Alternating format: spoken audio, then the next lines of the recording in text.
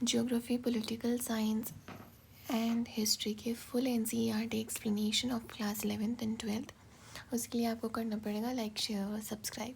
तो आज का चैप्टर शुरू करते हैं। आज का है ज्योग्राफी की बुक का चैप्टर नंबर 3, ह्यूमन डेवलपमेंट। तो आपने सभी ने ह्यूमन डेवलपमेंट चैप्टर स्कूल में पढ़ा होगा या नहीं पढ़ा होगा, तो आप पढ़ लेंगे।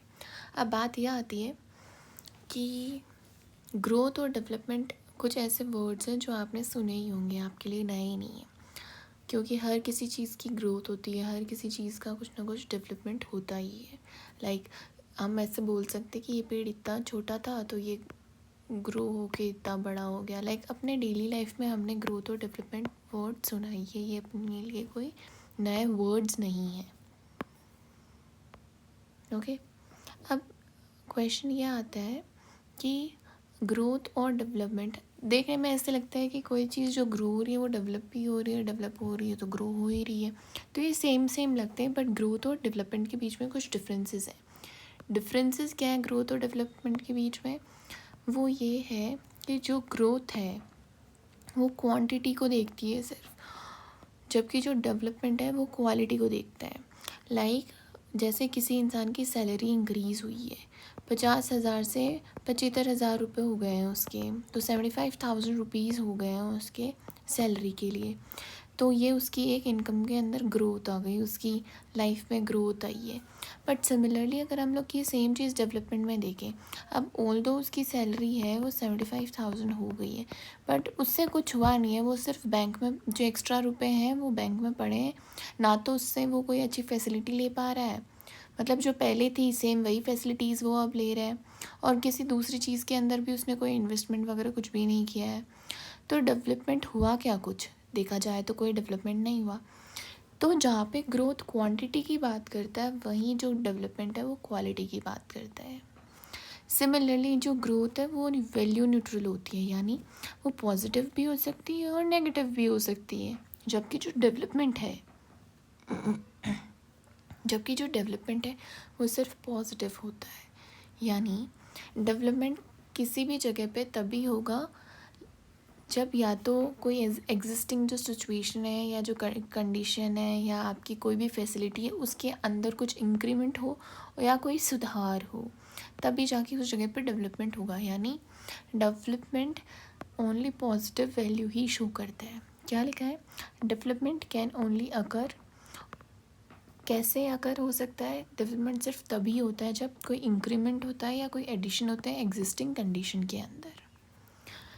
अब एक लाइन लिखी हुई है NCERT में, उसमें ऐसे लिखा हुआ है कि ज़रूरी नहीं है कि हमेशा जो पॉजिटिव, मतलब उसमें अगर हम लोगों ने डेवलपमेंट की जो डेफिनेशन देखी है उस डेफिनेशन के अकॉर्डिंग एक चीज़ हमें क्लियर है कि जब पॉजिटिव ग्रोथ होगी तब डेवलपमेंट होगा।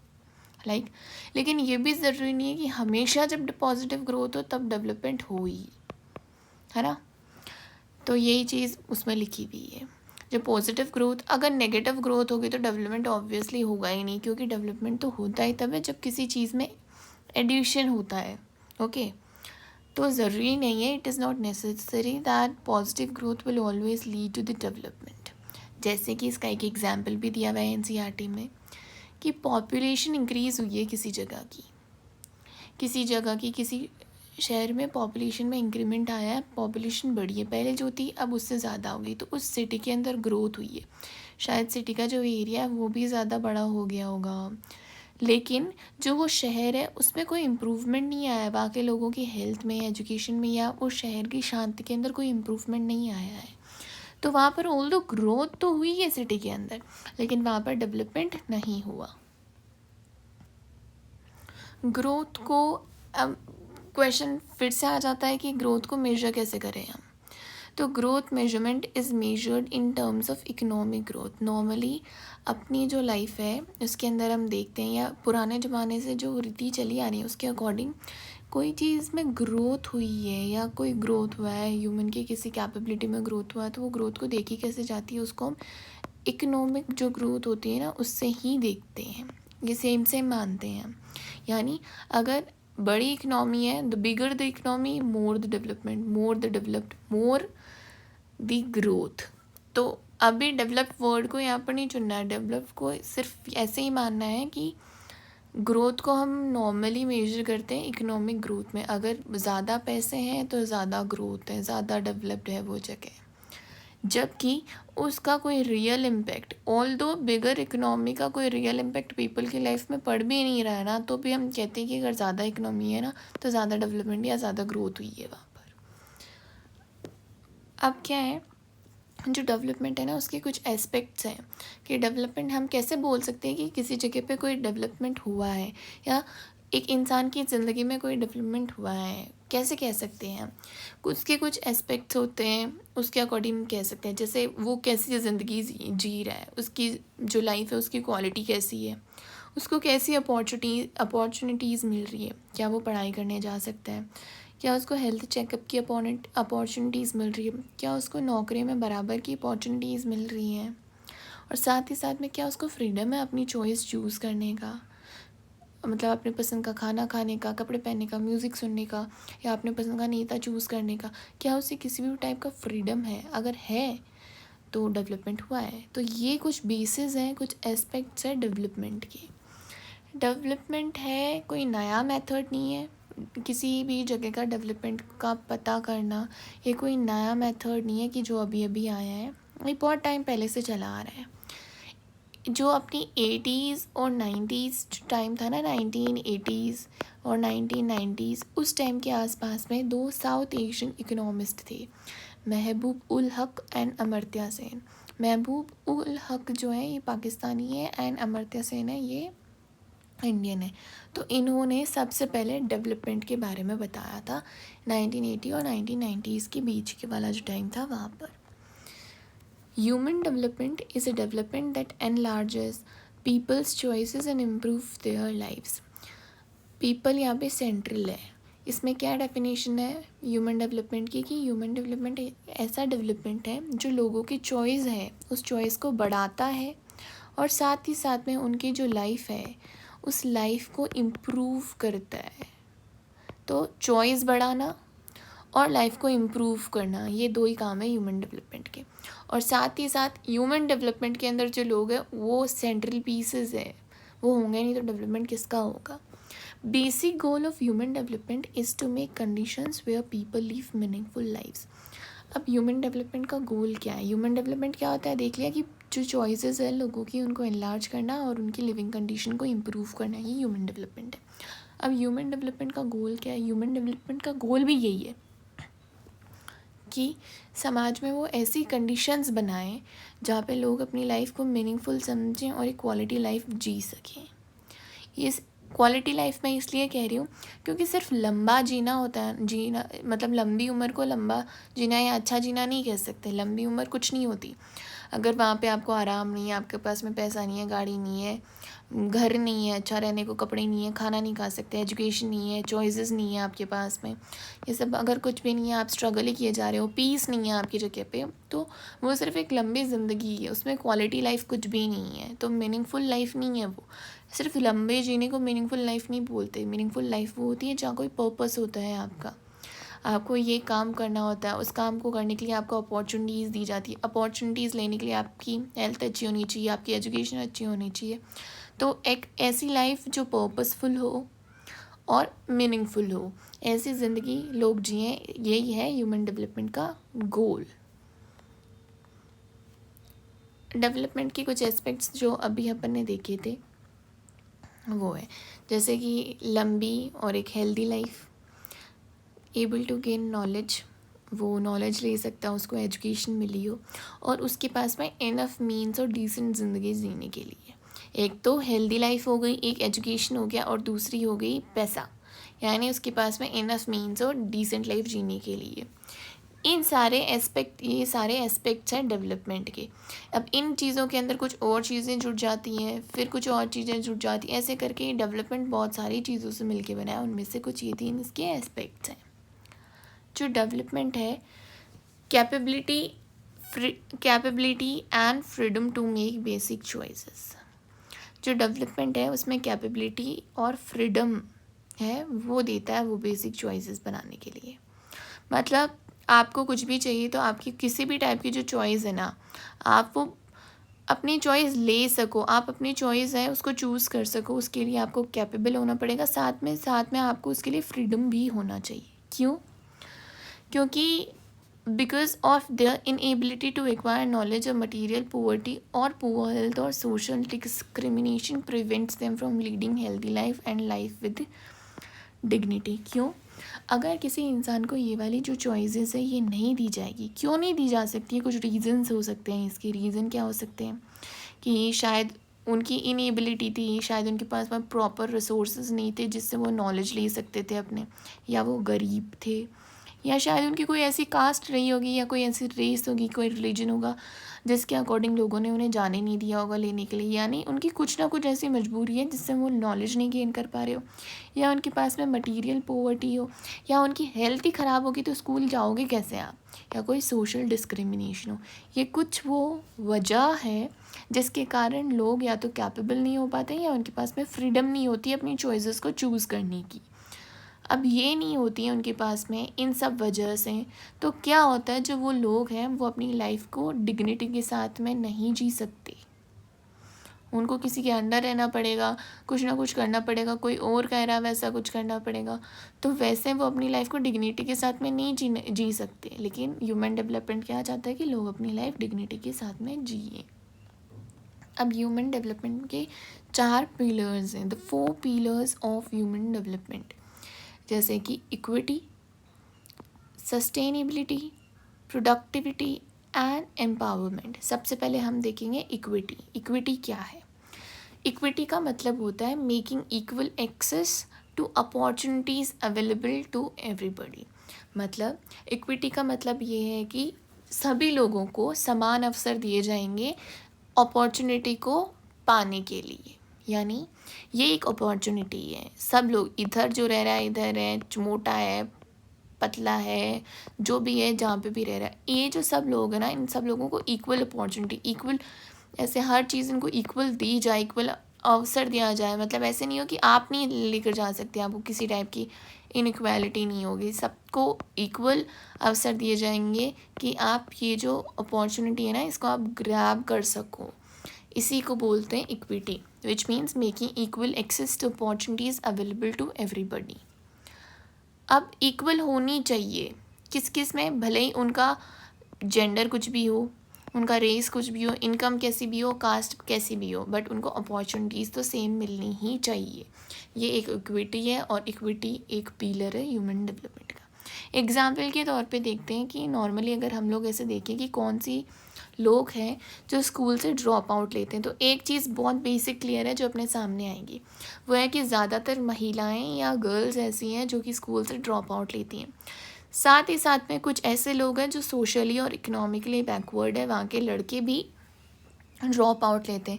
और ये हम चाहे एक जगह की देखें या बहुत सारी जगह की देखें, इंडिया के अंदर ये चीज़ बहुत कॉमन मिलेगी कि विमेन और कुछ सोशली इकोनॉमिकली बैकवर्ड जो लोग हैं वो स्कूल से ड्रॉप आउट लेकर आ रहे हैं। जब ये स्कूल को छोड़ देंगे तो इससे क्या होगा, इनकी जो चॉइस है ना वो लिमिट हो जाएंगी। लिमिट कैसे हो जाएगी? स्कूल छोड़ दी इन्होंने, इनको जॉब के लिए इक्वल अपॉर्चुनिटी नहीं मिल पाएगी। अब इक्वल अपॉर्चुनिटी क्यों नहीं मिल पाएगी? क्योंकि जॉब की तो कुछ सर्टेन क्राइटेरिया है ना कि आपके पास में इतनी नॉलेज है तो ही आपको मिलेगी ये जॉब, बट इनके पास में नहीं है क्योंकि इन्होंने किसी ना किसी कारण से स्कूल छूट गई। क्या कारण हो सकते हैं कि लड़की है, पढ़ने की क्या ज़रूरत है, या सोशली या इकोनॉमिकली बैकवर्ड है तो या तो लोग डिस्क्रिमिनेशन कर रहे हैं तो वो वैसे नहीं जा रहे वहाँ पर, या फिर इकोनॉमिकली बैकवर्ड है तो फीस भरने के पैसे नहीं हैं। तो क्या हुआ, जो लोग हैं उनकी चॉइसेस लिमिट हो गई है, उनको जॉब नहीं लगेगी, वो अपने पसंद का कुछ भी नहीं ले सकते। और साथ में अगर वो नहीं ले सकते, उनकी बेसिक नेसेसिटीज़ ही पूरी नहीं हो रही, तो कल को वो वोट करने में भी दिलचस्पी नहीं दिखाएंगी क्योंकि उनकी तो बेसिक नेसेसिटीज़ ही पूरी नहीं हो रही ना। तो वो जैसी भी चॉइसेस बनाते हैं वो लिमिट हो जा रही है इसकी वजह से। और ये लिमिट क्यों हो रही है? क्योंकि नॉलेज नहीं है, जॉब नहीं है, तो पूरी घूम फिर के वही बात आ जाती है कि चाहे आपकी कोई सा भी जेंडर हो, कोई सी भी रेस हो, कितनी भी इनकम हो, कोई भी कास्ट हो, सबको इक्वल अपॉर्चुनिटी देनी है, सबको इक्वल एक्सेस देना है किसी भी अपॉर्चुनिटी के लिए। तो ये होगी equity, the first pillar of human development. अब सेकंड आता है सस्टेनेबिलिटी। सस्टेनेबिलिटी क्या है? सस्टेनेबिलिटी इज़ अ मीन्स, मतलब जो सस्टेनेबिलिटी है उसका मतलब क्या है, continuity in availability of opportunities. यहाँ पर हमने ऊपर बात कर ली कि सबको समान अवसर मिलने चाहिए, चाहे उनका कोई सा भी जेंडर हो, रेस हो, कास्ट हो, रिलीजन हो, मतलब इनकम हो, कुछ भी हो, उनको इक्वल अवसर मिलने चाहिए।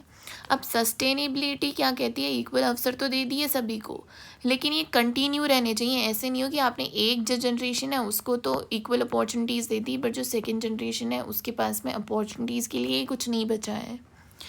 तो सस्टेनेबिलिटी का मतलब है कि हर जनरेशन को जितने भी लोग आ रहे हैं एक जो अपॉर्चुनिटी जो हम दे रहे हैं ना, वो कंटिन्यू करके मिलती ही रहे लोगों को इन फ्यूचर भी। ये जो चीज़ है इसको सस्टेनेबिलिटी बोलते हैं, यानी continuity in availabilities of opportunities. Sustainable human development, और ये सस्टेनेबिलिटी के अंदर ही आता है sustainable human development. Sustainable human development क्या कहता है कि जो अवसर है वो हमेशा प्राप्त उतना होते जाना चाहिए, वो कंटिन्यू ही रहना चाहिए। अपॉर्चुनिटीज़ हमेशा कंटिन्यू मिलती ही जानी चाहिए, रुकनी नहीं चाहिए बीच में ही। यानी कि each generation must have some sort of opportunities, हर जनरेशन के पास में अपॉर्चुनिटीज़ होनी चाहिए। अब एग्जाम्पल के तौर पे देख लेते हैं। देखो, हर टाइप की, यानी एनवायरमेंटल भी होनी चाहिए, फाइनेंशियल भी होनी चाहिए, और जो ह्यूमन रिसोर्स से रिलेटेड है ना वो सब भी होनी चाहिए। हर टाइप की उनके पास में होनी चाहिए, कंटिन्यू होनी चाहिए आगे की जनरेशन के लिए भी। तो हमको जितने भी रिसोर्सेज हैं अपने, चाहे वो एनवायरमेंटल रिसोर्सेज हो गए, फाइनेंशियल हो गए, या ह्यूमन रिसोर्स हो गए, उनको अपने दिमाग में ये सोच के ही उनको यूज़ करना चाहिए कि फ्यूचर के लोग भी हैं, उनको भी चाहिए वो अपॉर्चुनिटीज़, वो हमें उनके लिए भी कंटिन्यू करनी चाहिए।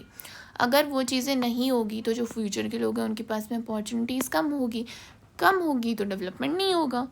सो अपॉर्चुनिटीज़ को कंटिन्यू भी करना ज़रूरी है। कल को साफ़ हवा पानी नहीं मिलेंगे, फॉर एग्ज़ाम्पल क्लीन एयर नहीं है और ना क्लीन वाटर है, तो जो फ्यूचर जनरेशन होगी उनकी हेल्थ ख़राब होगी तो उनको नॉलेज नहीं मिलेगा अच्छा, यानी वो स्कूल नहीं जा पाएंगे तो अच्छा पैसा नहीं कमा पाएंगे। तो अपॉर्चुनिटीज़ जो थी वो मिल नहीं रही है। किस वजह से नहीं मिल रही है? क्योंकि जो उससे पहले की जो जनरेशन थी ना, उसने साफ़ हवा पानी छोड़ा नहीं है, तो उनको मिल नहीं रही है। तो सस्टेनेबिलिटी का मतलब है कि उनके लिए भी साफ़ हवा पानी छोड़ो ताकि उनको भी अपॉर्चुनिटीज़ मिल सकें। ये सेकेंड पॉइंट हो गया। Now comes the third point which is productivity. Productivity क्या है? प्रोडक्टिविटी का मतलब है productivity in terms of human work. किसी भी इंसान ने कितना काम किया है उसकी प्रोडक्टिविटी की हम बात करें, यानी कितना काम किया है, कितने रुपए ये कमा पाया है, इसने 1 घंटे के अंदर कितना काम किया, उसकी प्रोडक्टिविटी कितनी है। तो प्रोडक्टिविटी के अंदर हम लोग किसी इंडस्ट्री वगैरह की प्रोडक्टिविटी नहीं देख रहे, हम सिर्फ ह्यूमन वर्क की प्रोडक्टिविटी देख रहे हैं। यहाँ पर जो ह्यूमन वर्क की प्रोडक्टिविटी ना, उसको कॉन्स्टेंटली बढ़ते रहना चाहिए। It should be enriched constantly. क्यों और कैसे? कैपेबिलिटीज़ को बढ़ा के।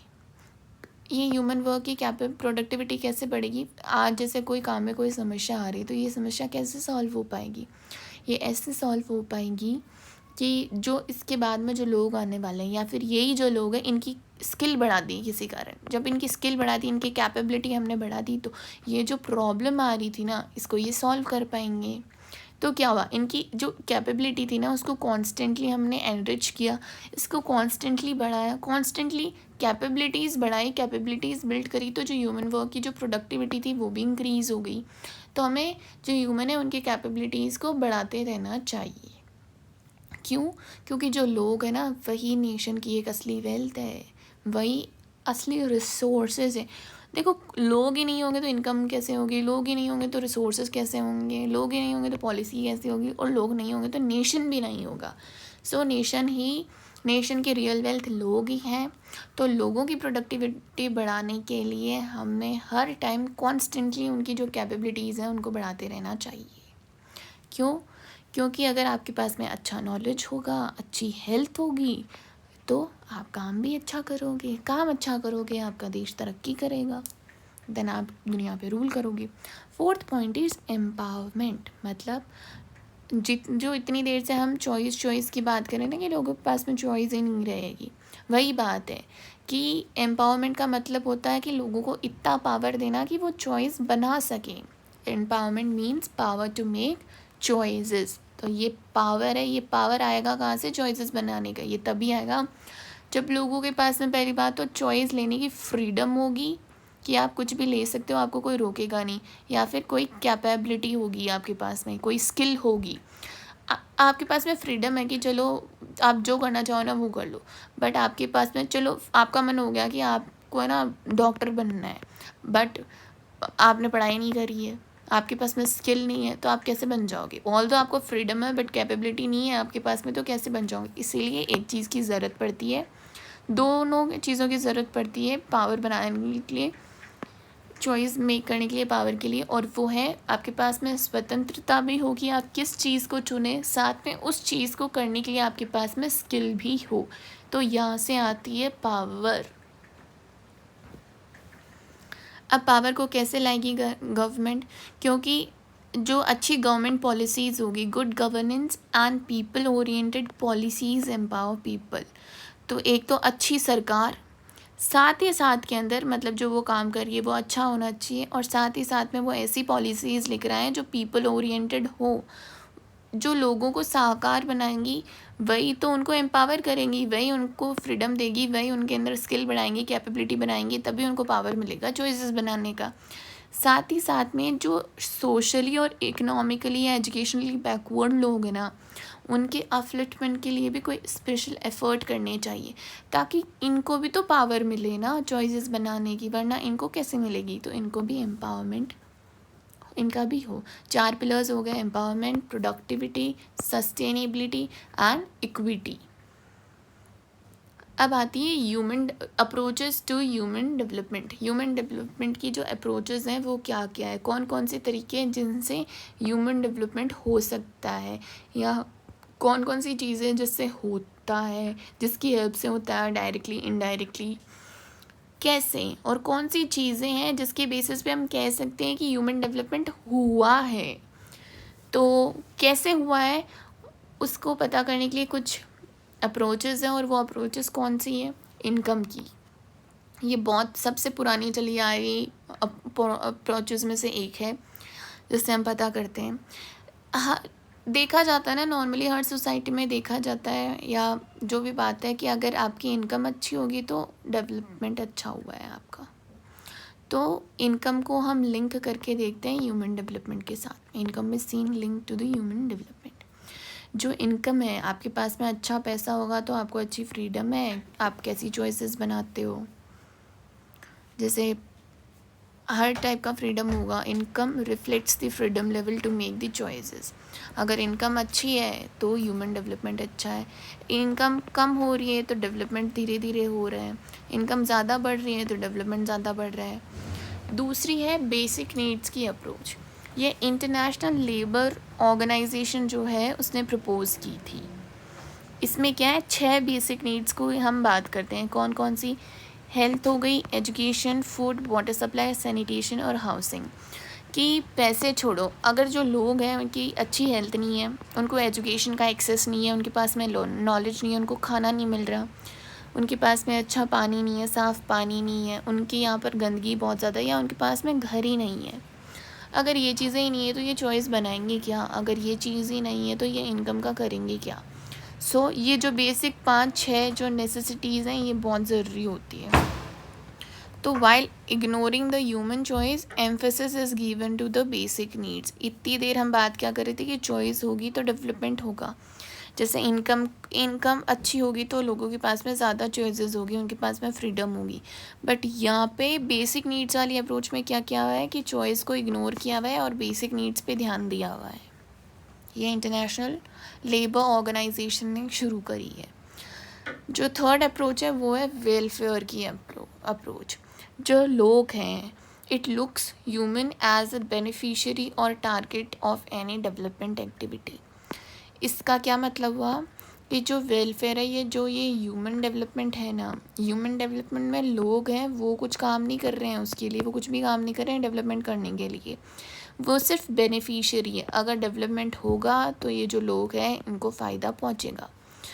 तो वो क्या हो गए, वो पार्टिसिपेट नहीं कर रहे हैं इस प्रोसेस के अंदर, उनको सिर्फ फ़ायदा मिल रहा है, तो वो सिर्फ रेसिपिएंट है किसके, वेलफेयर के। तो जो वेलफेयर वाली अप्रोच है वो ये बोलती है कि जो ह्यूमन डेवलपमेंट है उसमें जो ह्यूमन है, ह्यूमन को वो सिर्फ एक बेनिफिशियरी या किसी डेवलपमेंट की जो एक्टिविटी है उसका टारगेट के रूप में ही देखती है सिर्फ। यानी जो ह्यूमन है, ह्यूमन का बाकी कुछ रोल नहीं है, बस यही है कि इस डेवलपमेंट वाली जो एक्टिविटीज़ है ना, इससे इसको फ़ायदा होगा, ये इसका बेनिफिशियरी होगा, या कोई भी एक्टिविटी कर रहे हैं तो इसका सीधा इम्पेक्ट इस पर क्या पड़ेगा, ये टारगेट होता है उस चीज़ का। अब वेलफेयर स्कीम्स को, लोगों का वेलफेयर बढ़ाने के लिए जो गवर्नमेंट है ना, उसको अपना एक्सपेंडिचर बढ़ाना पड़ेगा सोशल सेक्टर के अंदर।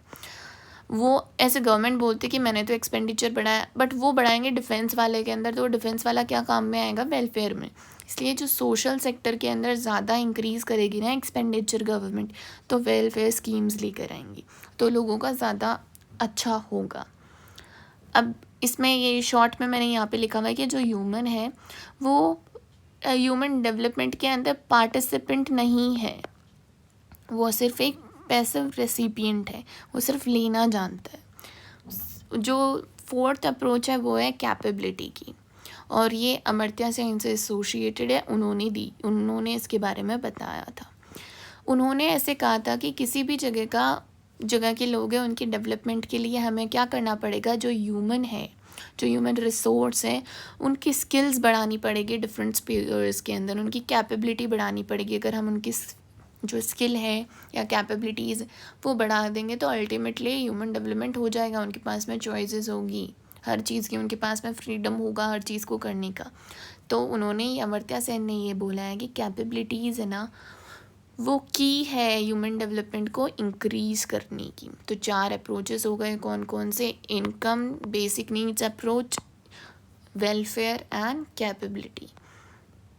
अब आती है ह्यूमन डेवलपमेंट को हम मेजर कैसे करें। करेंटली 2 वेज़ हैं जिनसे हम लोग मेजर करते हैं। अब वो 2 कौन से वेज़ हैं वो देखते हैं। जो पहला वे है वो है human development index. Human development index क्या करता है, जो कंट्रीज़ हैं, it rank countries according to their performance in the health, education and access to resources. जो ह्यूमन डेवलपमेंट इंडेक्स है, जो HDI है, वो क्या करता है, डिफरेंट जो कंट्रीज़ है उनको एक लिस्ट में रैंक करता है कि कौन फर्स्ट है, सेकंड है, थर्ड है, फोर्थ है। किसके बेसिस पे, कि उन्होंने हेल्थ के ऊपर क्या काम करे हैं, उनकी हेल्थ कैसी है, उनकी कंट्री के अंदर एजुकेशन कैसी है, साथ में रिसोर्स को एक्सेस करने की जो लेवल है वो कैसा है उस कंट्री के अंदर। और ह्यूमन डेवलपमेंट के कुछ डायमेंशंस है, लाइक मेजर कर रहे हैं तो कुछ डायमेंशन के अंदर ही मेजर कर रहे हैं, कुछ एक चीज़ देख रहे हैं हम लोग कि कौन कौन सी चीज़ के बारे में देख रहे हैं। जैसे मैंने हेल्थ की बात करी, तो हेल्थ एक डायमेंशन है जिसके थ्रू देखा जाता है कि डेवलपमेंट कितना हुआ है। तो कुछ इंडिकेटर्स हैं और कुछ डायमेंशंस हैं जो काम में लिए जाते हैं। जैसे 3 डायमेंशंस हो गए, हेल्थ, एजुकेशन और एक्सेस टू रिसोर्सेज। जो फर्स्ट डायमेंशन है हेल्थ, उसके अंदर देखी जाती है लाइफ एक्सपेक्टेंसी एट बर्थ, की जब कोई भी बच्चा जन्मा है तो उस टाइम पे हम क्या प्रोबेबिलिटी लगा सकते हैं कि ये कितने साल तक जिएगा। इससे हमें पता चलता है कि कितना अच्छा डेवलपमेंट हुआ है। कैसे, ग्रेटर मीन्स मतलब अगर लाइफ एक्सपेक्टेंसी जो है वो ज़्यादा है, इट इज़ ग्रेटर, तो इसका मतलब है कि means people can leave a long and a healthy life. अगर हेल्दी लाइफ की हम बात करें तो हेल्दी लाइफ अपना एक डायमेंशन है, तो हेल्थ की बात आ गई ना यहाँ पर, तो इससे हमें पता चलता है कि डेवलपमेंट कितना हुआ है। जो सेकंड है उसके अंदर 2 इंडिकेटर्स हैं, कौन कौन से, एक है अडल्ट लिटरेसी रेट, कि जो बड़े लोग हैं उनमें से जो अबव 18 है उनको कितनों को पढ़ना आता है और कितनों को लिखना आता है, मतलब पढ़े लिखे कितने लोग हैं, उनकी अडल्ट लिटरेसी रेट देखी जाती है, एजुकेशन। साथ में ये देखा जाता है कि कितने बच्चे हैं जिनका स्कूल के अंदर एनरोलमेंट किया हुआ है, जिनको एडमिशन करवाई हुई है स्कूल के अंदर। तो 2 चीज़ें देखते हैं, adult literacy rate and gross enrolment ratio. इन दोनों चीज़ों से ये पता चलता है कि वो जो पर्टिकुलर जगह है वहाँ पर एजुकेशन को एक्सेस करना कितना ईजी है या कितना डिफ़िकल्ट है। Now comes the third dimension which is access to resources. और ये एक्सेस टू रिसोर्सेज यानी कि कोई भी रिसोर्स है तो उसको एक्सेस करने के लिए उनके पास में कितना धन दौलत वगैरह, कितने वेद, कितना तरीका वगैरह जो कुछ भी है ना, उस सब को देखा जाता है। और इसको मेजर किस में किया जाता है? परचेजिंग पावर के ऊपर। परचेजिंग पावर क्या होती है इसके अंदर डिटेल में नहीं जाएंगे, बट ये फॉर एग्जांपल किसी भी एक पर्टिकुलर चीज़ को ले लिया, फॉर एग्जांपल ये बर्गर है, ओके। तो एक बर्गर जो है इसको ख़रीदने के लिए हर कंट्री में कितना पैसा देना पड़ रहा है, ये परचेजिंग पावर हो गई उस जगह की। तो 3 डायमेंशंस है, health, education, access to resources. इनके थ्रू ह्यूमन डेवलपमेंट इंडेक्स निकाला जाता है। कैसे? ये जो हर टोटल स्कोर होता है उसका 1, और 1 टोटल स्कोर होता है, इसका मतलब इन तीनों को भी कुछ दिया हुआ होगा। तो हर डायमेंशन को 1/3 वेटेज दी हुई है। फिर इसने इस काम के अंदर क्या किया है उसके अकॉर्डिंग उसको मार्क्स दिए जाएंगे, हर के अंदर मार्क्स दिए जाएंगे। फिर जो मार्क्स है उनका सम टोटल कर देंगे, फिर एक वैल्यू आएगी। वो वैल्यू क्या होगी? या तो 0 होगी या 0 से लेकर 1 तक कुछ ना कुछ वैल्यू होगी। तो इस वैल्यू से हमें पता चलेगा, जितनी नज़दीक होगी वो 1 के उतना अच्छा डेवलपमेंट हुआ है, और जितनी 0 की होगी उतनी उसको ज़रूरत है करने की। जैसे कि टोटल स्कोर उसका 1 होता है, and 1/3 weightage is allotted to each dimension. HDI जो है ह्यूमन डेवलपमेंट इंडेक्स है, it is sum total of the weights assigned to the each dimension. Possible score क्या है?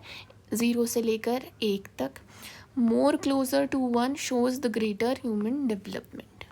जो HDI है, HDI is a measure of attainments towards the human development but lacks to show the distribution।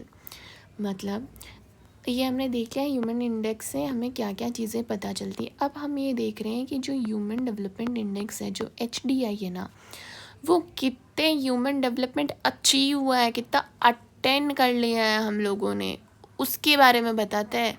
वो ये नहीं बताता कि उसमें कितनी कमी है, किस चीज़, जो डिस्ट्रीब्यूशन है, लोगों को क्या मिल रहा है क्या नहीं मिल रहा, ये जो कमी है क्या लैक करता है, वो इस चीज़ को नहीं बताता। वो सिर्फ कितना अटेन हो गया है ह्यूमन डेवलपमेंट उसको बताता है।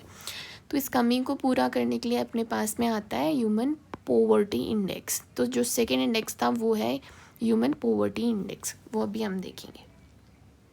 जो ह्यूमन पॉवर्टी इंडेक्स है ना, जैसे पॉवर्टी से हमें सीधा सोचता है कि हमें शायद वही लोग ये देखते होंगे कि इंसान कितना कमाता है, कुछ फिक्स इनकम होगी कि इससे नीचे कमाएगा तो वो पुअर होगा, बट नहीं।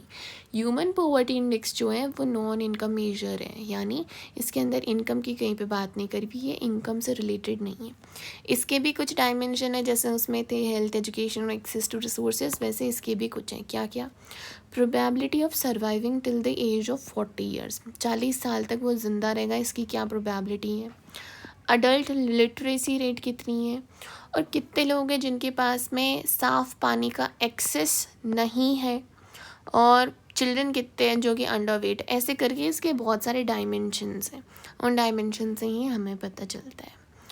अब जो हमने बात करी थी उसके अंदर क्या है, ह्यूमन पॉवर्टी इंडेक्स जो है वो बहुत ज़्यादा रिवीलिंग है नेचर में, वो ज़्यादा बताता है डेवलपमेंट के बारे में, HDI से ज़्यादा बताता है। Human poverty index is more revealing than the human development index. However there is no way, मतलब कोई भी ऐसा तरीका नहीं है जो परफेक्ट है, इसीलिए नए नए जो वेज हैं उनकी कंटिन्यूसली रिसर्च होती आ रही है। दूसरी चीज़ जो साइंटिस्ट ने इस रिसर्च के अंदर देखी है वो ये है कि जो पॉलिटिकल फ्रीडम है, उस जगह के लोगों को कितना पॉलिटिकल फ्रीडम है, या फिर उस जगह पे लेवल ऑफ करप्शन क्या है। ये दोनों चीज़ें ना, ये भी ह्यूमन डेवलपमेंट से रिलेट खाती है। तो हो सकता है कल को ये वाली जो चीज़ें हैं ये दोनों, इन दोनों को भी मिला दें ह्यूमन डेवलपमेंट इंडेक्स के अंदर। अब जो ये है ह्यूमन डेवलपमेंट इंडेक्स जो देखा था, इसके थ्रू हम बाकी इंटरनेशनल कंपैरिजन करते हैं कि कौन सी कंट्री को कितने नंबर मिले। जो इंटरनेशनल कंपैरिजन है ना ह्यूमन डेवलपमेंट का, वो कुछ इंटरेस्टिंग चीज़ें बताता है। लाइक डेवलपमेंट है वो डिपेंड नहीं करता कि टेरिटरी की साइज़ क्या है या वहाँ की पर कैपिटा इनकम क्या है। यानी बहुत सारी ऐसे स्मॉल कंट्रीज़ हैं जिन्होंने बड़ी कंट्रीज़ से ज़्यादा अच्छा किया है ह्यूमन डेवलपमेंट के अंदर। जैसे जो स्कैंडिनेवियन कंट्रीज़ है, जैसे फिनलैंड वगैरह हो गई, तो वो बहुत अच्छा करी हैं, बट वो छोटी छोटी कंट्रीज़ ही हैं। ओके, सो इंटरेस्टिंग फीचर क्या है इसका, ये है कि does not depend in the territory, जो टेरिटरी की साइज़ है उस पर डिपेंड नहीं करता, और पर कैपिटा इनकम है उस पर डिपेंड नहीं करता। पर कैपिटा इनकम का एक बेसिक एग्जांपल है, जो इंडिया के आसपास के जो पुअर नेबरहुड नेशंस हैं, अगर हम उनको देखें तो उनकी रैंक इंडिया से ज़्यादा है, जबकि इंडिया तो अच्छा कर रहा है ना, इंडिया के पास में इकोनॉमी ज़्यादा अच्छी है, इंडिया की जीडीपी ज़्यादा अच्छी ग्रोथ हो रही है, but still human development index के अंदर जो नेबरहुड की पुअर कंट्रीज़ है ना, वो इंडिया से ज़्यादा हाई रैंक करी। इससे हमें पता चलता है कि पर कैपिटा इनकम जो है उसके ऊपर कोई भी नहीं है। साथ में अगर पंजाब और केरला को देख लें, इनकी ह्यूमन डेवलपमेंट वाला इंडेक्स देखें तो इनके बीच में भी काफ़ी ऐसे वेरिएशंस है उस चीज़ में जो कि हमें नहीं लगते। अब ये जो ह्यूमन डेवलपमेंट इंडेक्स है ना, इसके अकॉर्डिंग कंट्रीज़ को 4 टाइप्स में क्लासिफाई किया हुआ है। कौन कौन सी? Very high, high, medium and low. अब सबसे पहले बात करेंगे हम वेरी हाई कंट्रीज़ की। वेरी हाई जो कंट्रीज़ है ना, उनका स्कोर 0.8 से ऊपर का है, और इसके अंदर 69 कंट्रीज़ आती है। सेकंड है हाई, उसके अंदर आती है 49 कंट्रीज़, और इसका स्कोर रहता है 7 से 0.7 से 0.79 तक। ओके, 7 से 8 तक का रहता है इसका, और 8 से ऊपर का रहता है वेरी हाई का। अब ये जो हाई वाली है इसकी तो हमने बात कर ली, वेरी हाई वाली में तो 69 कंट्रीज़ है, हाई में 49 कंट्रीज़ है। अब ये जो हाई वाली कंट्रीज़ है ना, इनका ह्यूमन डेवलपमेंट हाई क्यों है? इसलिए है क्योंकि these countries have high investment in the social sector. Social sector के अंदर ज़्यादा इन्होंने इन्वेस्टमेंट किया है, तो लोगों का वेलफेयर ज़्यादा अच्छा हुआ है। कौन कौन से मैटर में? हेल्थ और एजुकेशन के मैटर में। और साथ ही साथ में इनकी जो गुड गवर्नेंस है, यहाँ पर जो सरकार है वो लोगों के हित में काम करती है, अच्छा काम करती है। अब ये जो सारी कंट्रीज़ है ना, ये जो 49 कंट्रीज़ हैं, इनमें क्या सिमिलैरिटी है वो हम देखते हैं कि ये कंट्रीज़ में क्या सिमिलैरिटी है जो ये हाई के अंदर आई हैं सारी की सारी।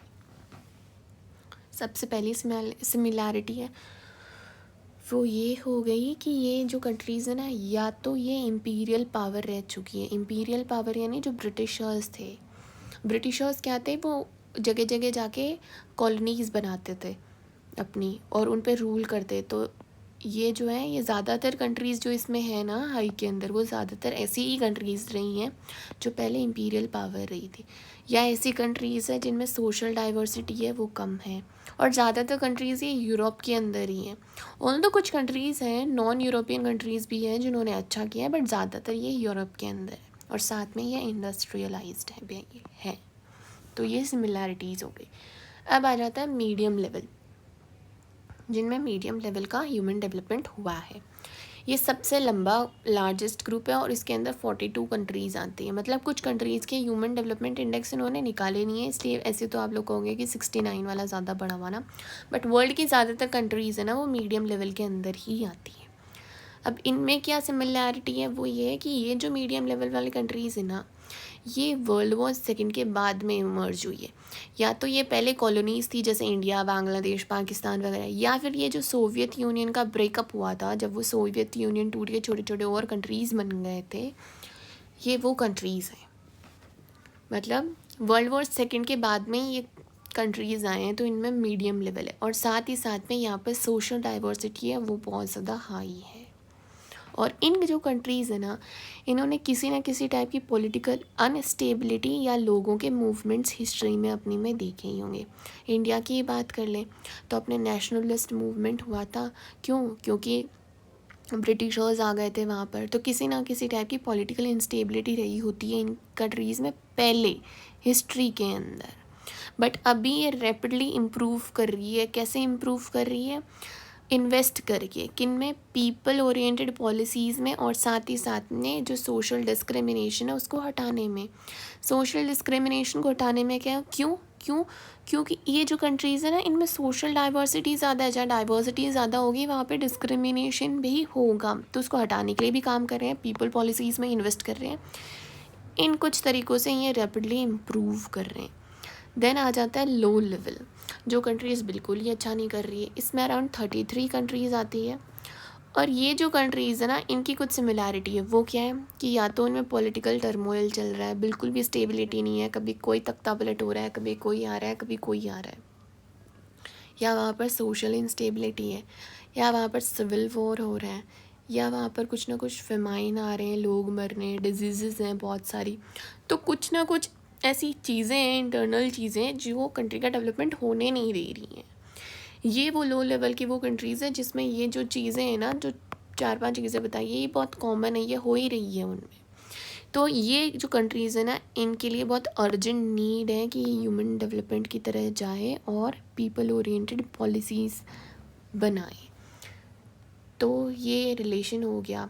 यहाँ पे क्या पता चलता है, ये जो सिमिलैरिटीज़ है ना, इससे हमें ये पता चलता है जैसे कि इम्पीरियल पावर अच्छा कर रहा है, जो इंडस्ट्रियलाइज्ड, जो ऑलरेडी इंडस्ट्रियलाइज्ड है, जो पहले से कंट्रीज़ हैं, वो ऑब्वियसली अच्छा करेगी जिनमें सोशल डाइवर्सिटी कम है। अब जो नई कंट्रीज़ आई हैं उनको तो स्टेबल होने में टाइम लगेगा, तो वो थोड़ा उनके कंपैरेटिवली कम थोड़ा अच्छा कर रहे हैं। और कुछ कंट्रीज़ हैं जिनमें अभी भी अनस्टेबिलिटी चल रही है, वो ऑब्वियसली कम अच्छा करें। यानी जो सबसे स्टेबल है ना, वो अच्छा कर रहा है। इसका रिज़ल्ट क्या आता है, जो अपन ने देखा, कंपैरिजन किया, उसका ये आता है कि there is no relation between human development and culture of the people. लोग बोलते हैं ना, इस रिलीजन के लोग हैं तो यहाँ पर अच्छा डेवलपमेंट नहीं होगा, या ये रेस है, या ये जेंडर है, वगैरह वगैरह। तो ऐसे बोला है कि लोगों का जो कल्चर है ना, जो भी कल्चर है, उसका कोई भी रिलेशन नहीं है ह्यूमन डेवलपमेंट के अंदर। कोई, अगर हम रिलीजन का एग्जाम्पल देख के देखें तो सोचो, एक कंट्री है, जैसे 2 कंट्रीज़ हैं, ये तो 2 कंट्रीज़ हैं, इनमें सेम रिलीजन है। अब जो सेम रिलीजन है ना, उसमें से ये वाली कंट्री तो बहुत अच्छा कर रही है, बट ये कंट्री अच्छा नहीं कर रही है। तो इससे हमें पता चलता है कि कोई रिलेशन नहीं है ह्यूमन डेवलपमेंट का और कल्चर ऑफ द पीपल का। सेकेंड चीज़ ये है कि high expenditure on social sector, good governance, political stability and freedom to people leads to more development. वही बात जो मैंने कही थी कि अगर सोशल सेक्टर के अंदर एक्सपेंडिचर अच्छा है, अच्छी सरकार है, लोगों के लिए काम कर रही है, स्टेबिलिटी है, वहाँ पर पॉलिटिकल स्टेबिलिटी है, लोगों को आज़ादी है, तो ऐसी जगह पर डेवलपमेंट भी ज़्यादा हो रहा है। देन कम्स कि वो जगह जहाँ पर पॉलिटिकल टर्मोइल है, जहाँ पर कुछ ना कुछ लड़ाई हो रही है, जहाँ पे सोशल सेक्टर के अंदर ज़्यादा इन्वेस्टमेंट नहीं किया जा रहा, मतलब वहाँ पर स्टेबिलिटी नहीं है, तो ऑब्वियसली कंट्री को सिक्योर बनाने के लिए डिफेंस के अंदर ज़्यादा खर्चा हो रहा है, तो उस चक्कर में सोशल सेक्टर में नहीं हो पा रहा, तो वो कम डेवलपमेंट देख रही हैं। तो ये था human development. Please write your feedbacks in the comment section and thank you.